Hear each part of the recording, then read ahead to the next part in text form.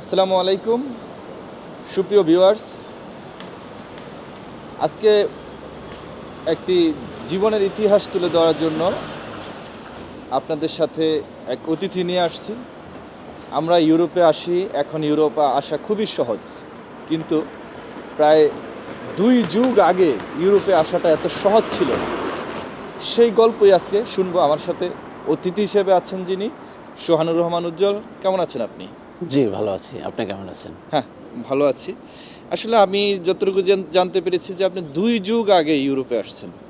তো আমি যদি আপনার এই ইউরোপের আসার যাত্রাটা, এই কাহিনীটা একটু জানতে চাই আপনাকে। আপনি কিভাবে আসেন? আসলে এত ইজি তো না ইউরোপে আসাটা। এখন যেমন ইজি, আমরা বিমানে উঠি, ইতালি এসে নামি, ইউরোপের যে কোনো জায়গায় এসে নামি, কিন্তু একটা সময় ইউরোপে আসা তো খুব কঠিন ছিল। তো ওই মুহূর্তে আসলে আপনি কিভাবে আসছেন ইউরোপ? ধন্যবাদ আপনাকে। দেখেন, আজ থেকে প্রায় ২৪ বছর ১ মাস ৩ দিন আগে, অর্থাৎ ২০০১ সালের জানুয়ারি মাসের ৫ তারিখে আমি স্টুডেন্ট ভিসায় রাশিয়াতে আসি।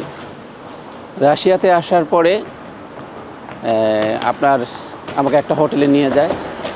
নিয়ে যাওয়ার পরে ওইখানে আমি ৩ দিন থাকি।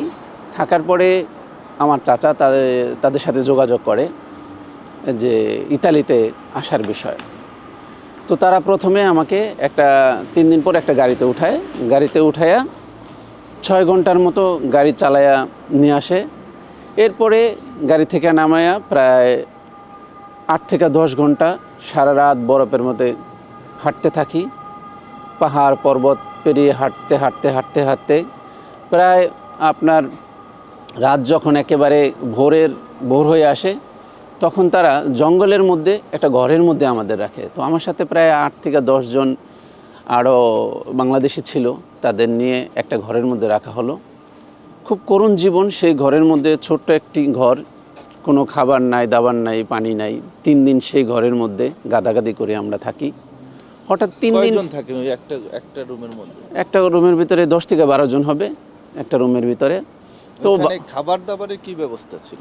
কোনো খাবার দাবারের ব্যবস্থা ছিল না, কোনো লোকজন নেই, আমাদের রাইখা চলে যায়। আচ্ছা আচ্ছা।